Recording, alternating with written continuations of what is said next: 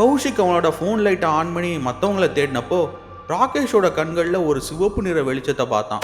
அது அந்த சிவப்பு புடவை பொண்ணோட ரிஃப்ளெக்ஷன்.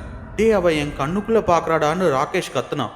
அடுத்த நிமிஷம் அந்த 4 நண்பர்களும் அந்த இருட்டில் முழுசா காணாம போயிட்டாங்க. கடைசியா கேட்டது ஒரே ஒரு மெல்லிய பெண் குரல் தான். நீங்களும் எங்களோட சேர்ந்துட்டீங்க அப்படிங்கிற குரல்.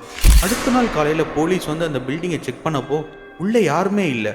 ஆனா அந்த டேபிள் மேல 4 பீர் கிளாஸ், உருகி போன மெழுகுவர்த்தி, அப்புறம் ஒரு சின்ன சிவப்பு புடவை துண்டு மட்டும் கிடைச்சது. அந்த மாணவர்களோட ஃபோன், கேமரா, ட்ரோன் ஒரு பொருள் கூட கிடைக்கல.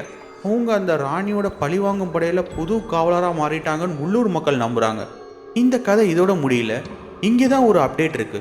போன வாரம் ஒரு பையன் ஜிபி பிளாக்கை ஃபோட்டோ எடுத்து இன்ஸ்டாகிராமில் ஒரு ஸ்டோரி போட்டிருந்தான். கேப்ஷனில் நாளைக்கு நைட் ஸ்டே, யார் ரெடின்னு கேட்டிருந்தான். அதுக்கு 100கணக்கான லைக்ஸ், கமெண்ட்ஸ் வந்திருந்தது.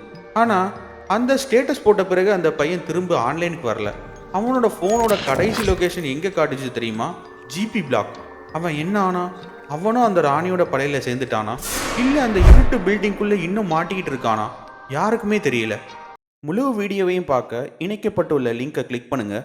இந்த வீடியோ உங்களுக்கு பிடிச்சிருந்தா ப்ளீஸ் ஒரு லைக் பண்ணுங்கள்.